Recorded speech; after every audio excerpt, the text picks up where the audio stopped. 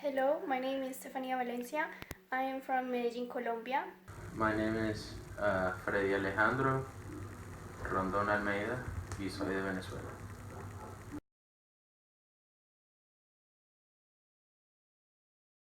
I've been here for about 10 years.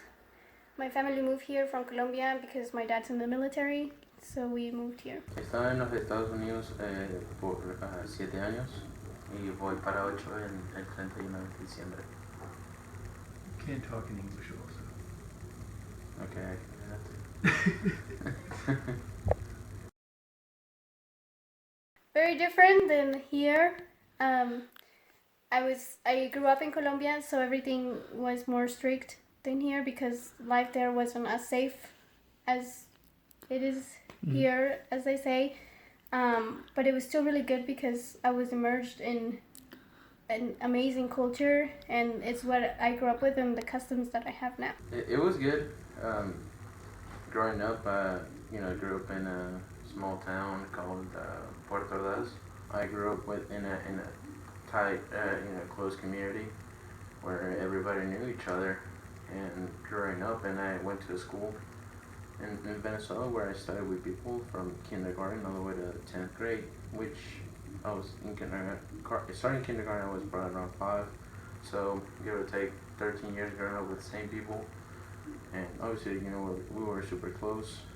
And then in 2010, because of my parents lived in Oakland, California, before they moved back to Venezuela before I was born.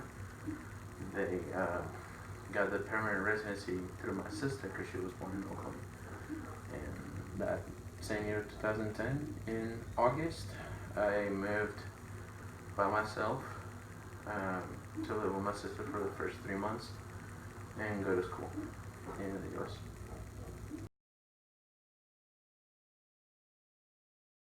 Well, I never had to deal with immigration directly. My mom had to deal with immigration. She's the one who took the citizenship test for my sister and I because we weren't of legal age at the time. So she's the one who had to take the test in English, which was really hard because she didn't know English, but she managed to pass it and we became residents, and then eventually we became citizens. It took a couple of years. Okay. It took longer than I thought it would. But I think it was faster than a normal, illegal person who was trying to get papers, just because my dad was already a citizen. Okay. So because of that, the process was faster, but it still took a long time. When my parents got the permanent residency in 2010, I didn't get it automatically because I was 18 at the time. Right. And under immigration law, no child over the age of 14, every child over the age of 14 has to submit their own process. You don't. I was 18 at the time. The age limit was 14. So I had when I moved to the States, I went on with a student visa, and I had a student visa until 2013. That's when the U.S. Embassy called, and I had to go back to Venezuela, Caracas, to be exact, to the U.S. Embassy there. And the process took about a month, give or so, and that's how I got my permanent residency. And I've been under permanent residency since 2013, and I'll be a U.S. citizen next year. My favorite thing about the United States is, I think, the freedom that you get here to walk down the street or something and not feel like you're gonna get kidnapped, not feel like you're gonna get robbed or something. And then my least favorite thing about the United States is, honestly, I think it's just the culture in general. The culture where I come from is very alive. We love to dance. We love to, we have festivals. We have carnivals. It's a lot of different cultural things and customs and that are tradition there. And then here, we don't really see much of that. Really, I don't know. I feel like life here is a bit boring for my taste. Okay. But that's because I grew up with a lot of life and a lot of things going on around me. My least favorite parts of the U.S. is there's obviously the whole issue of you know racism, the stereotypes, the people often unintentionally talk to you in a certain way because I don't know, that's how the parents have taught them to talk to certain people and things like that. But I'm a different I'm a believer that everybody deserves a fair chance. Get to know Right. everybody. You can't really how they say you can't really judge a book by its cover. You gotta really get to know it, and that's really the only thing is at times, not often, you see people use stereotypes in a very Be very negative. For very sure. very negative, very like to diminish the person and make it feel bad and things like that. What about your favorite? My favorite parts, it's just the fact that you can walk freely here. When the situation got bad in Venezuela, starting from 2010, by matter of fact, and it's just the fact that I can I feel free, so to speak. How they say America's the land of the free Home of the and brave. home of the brave. Yeah. So it's it really is characterized. It feels that way. Everybody has the chance to be successful no matter where you come from, as long as you're willing to take those opportunities and make the most out of them. I essentially did it because in Dallas, Texas, that's where the city I'm from now. In Texas, I was lucky enough that somebody decided to sponsor me and pay for close to maybe 85% of my schooling at a very prestigious private school in Dallas, called Jesuit. I was really lucky. I was really lucky to for that. So there's people. That's what's amazing. Is just there's people out there that are willing to stick for people that they don't know. Just for help them have a better future. So that's something that I really love about the U.S. and also that often when you meet people and you really get to know them, those people will stay forever. If you treat people the same way.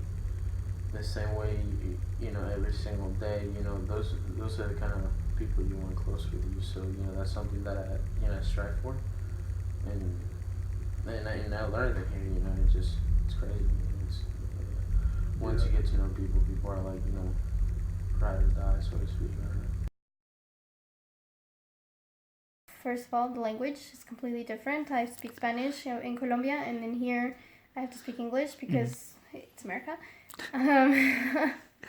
But that's one difference. The food is completely different. The food is extremely processed here. In Colombia, you find everything really natural because it comes directly from the farm. It's just because the land is more rich. And then like things like milk, eggs, they all taste completely different in Colombia because they're fresher, and the milk is actually it actually tastes like milk instead of water, because some of the milk here tastes like water instead of, because it's too processed. And then and I guess you could say the culture too, because like I said before, there's a lot of stuff that goes on in Colombia, like La Feria de las Flores, the Fair of the Flowers, and then here, nothing. Like everybody in Colombia is extremely into like what we come from, where we come from, our roots, and that you don't see that here with anybody. People here are just super independent and super like not attached to where they come from and things. And that's one of the things that I really dislike it about here, because I'm really attached to where I come from because of that, because family is like it's so united there. And then here everybody's just like, oh, you turned 18, go do your life, and then in Colombia you see moms that are like 40 years old still living with their moms, or like ladies still living with their moms. So that's just, it's custom, it's different, I guess. Okay.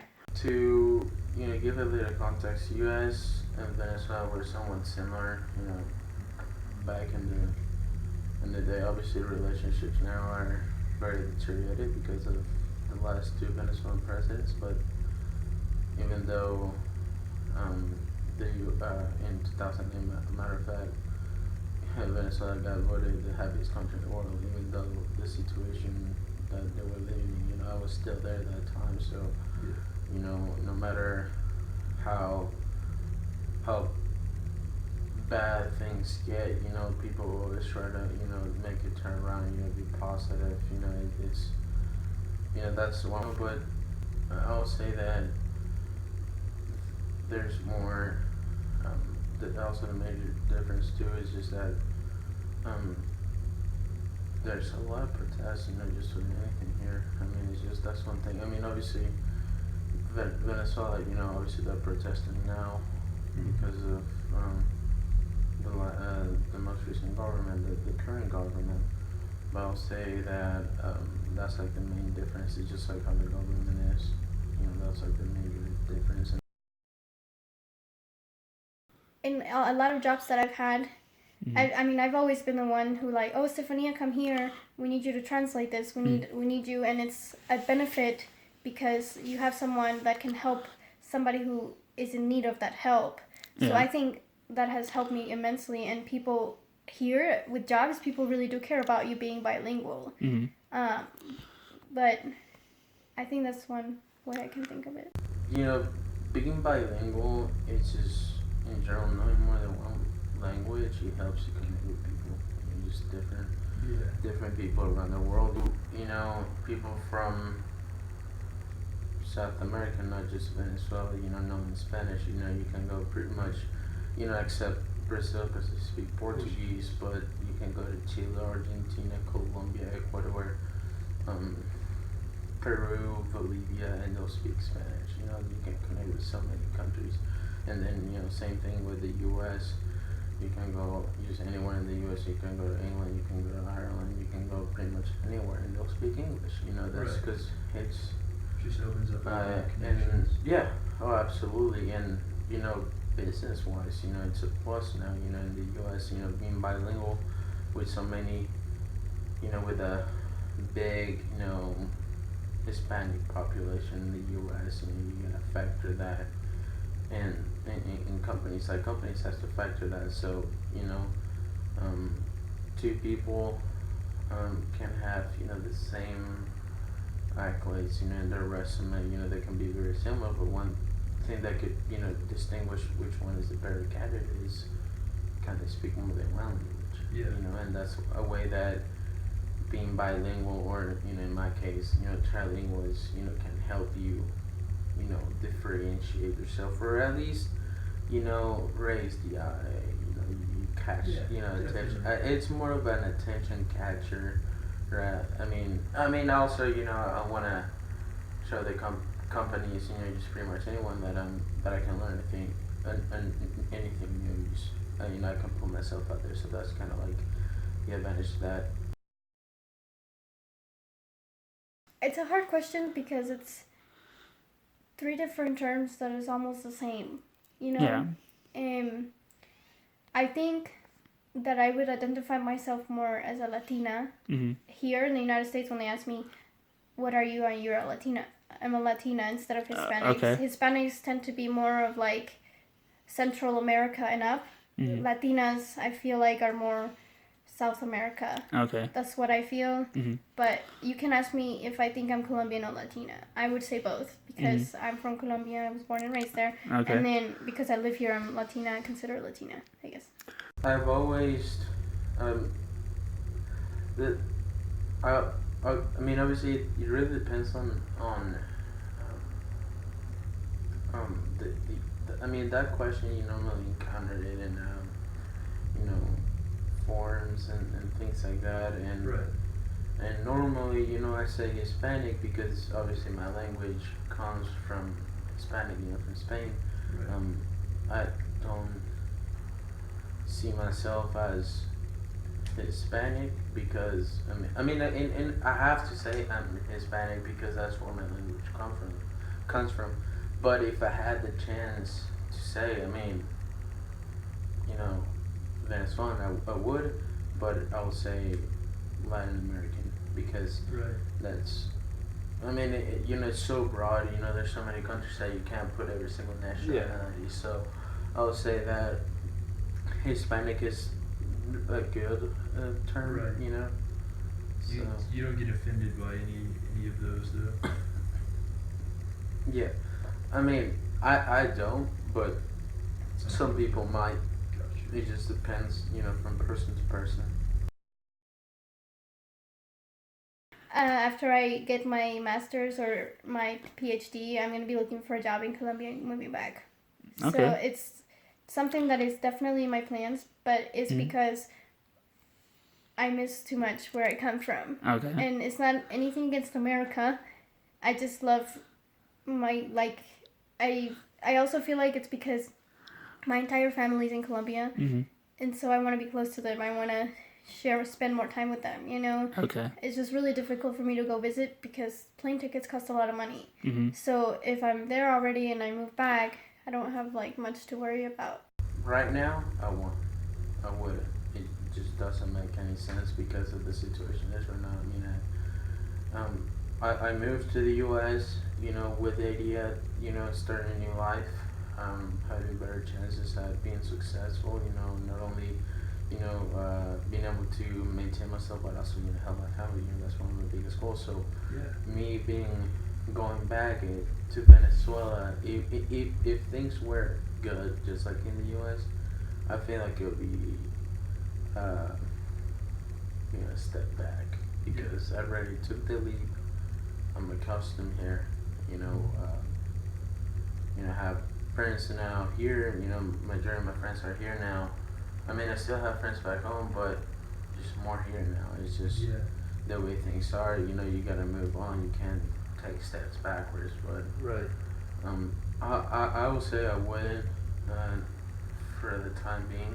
It just doesn't make sense right now. There's just more opportunity here. Yeah, I'll say because even if the government were to change now, there'll still be years upon years Right. for Venezuela to get back to that, even get close to what the U.S. is now. A lot of my really good memories have to do with my grandfather. Mm-hmm. And whenever I used to go to school, he used to come and pick me up and buy me things and Yeah. he was like, my mom would be like, don't buy her that, and he would buy it for me anyways, and it's like, he's just so good, and life is good, and with my grandmother too, and my grandmother and my grandfather were my second parents because they were supporting my mom while she worked to take care of us. Okay. So I think the memories with them and everything that I lived with my grandparents will have to be the best things and the best memories. Yeah. My favorite memory is the fact of friends and it's I'll say friends. It's just when you grow with so many people for so long, that's a bond that it's almost unbreakable. I mean, yeah, you might disconnect with some, but majority you still think about them in some shape or form. That's something that I guess it's just friends. It's just something that I rely upon, heavily because those are your friends are the brothers and sisters that God never gave you. It's just and that's something that you really gotta hold on tight with. It's just how your family, your parents tell you. You never know. You never learn how to value something until you lose it. So it's just something that I try to strive for. Is enjoying every single moment I can with my friends, no matter how small it is. It's just the fact that I'm able to see them that just makes my day. I mean, whether I do something with them or we just sit down in a chair in front of each other and just talk about things.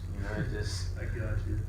just having an epic stare down. I mean, just no matter what it is, no matter what it is, you value that, and that's something that, you know, like I said, it's just friends. You know, that's something I really miss. But hopefully I can, and I feel like I've been successful at, you know, hopefully recreating that and creating long-lasting friendships. And Everything is so good. Right. Everything is so good. But there's this fast food dish Mm-hmm. plate thing that they sell on the streets. It's called salchipapas. Okay. And it's literally French fries with sausage, and it's fried, right? And then you put pink sauce on top of it. So good. So Yes. good. Every time my grandma's like, "What do you want me to bring you to the United States or send you?" And I'm just like, "Salchipapa." But you know, they can't because it's food. there's, you know, different types of, you know, seafood that you don't often see here. I mean, yeah, you can get your hands on snails and things like that, but there's different kinds, so to speak, that you find only in Venezuela. Gotcha. Things like that. I mean, the most famous dish is, you know, the arepa is just like a gordita in Mexico, but just a little bit bigger and just more crunchy, so to speak. Hard on the outside, soft on the inside, and you can cook whatever. I mean, I still eat them here because the company that makes them, or I guess that provides for the flour, it distributes them to the U.S. Oh. So you're able to find it in, I don't know, I guess like small supermarkets, like Latin American supermarkets. Gotcha. So you miss snails and the Venezuelan version of a gordita. Yeah, I mean, and also I guess what I miss too, the food is sort of the food on the street very late at night.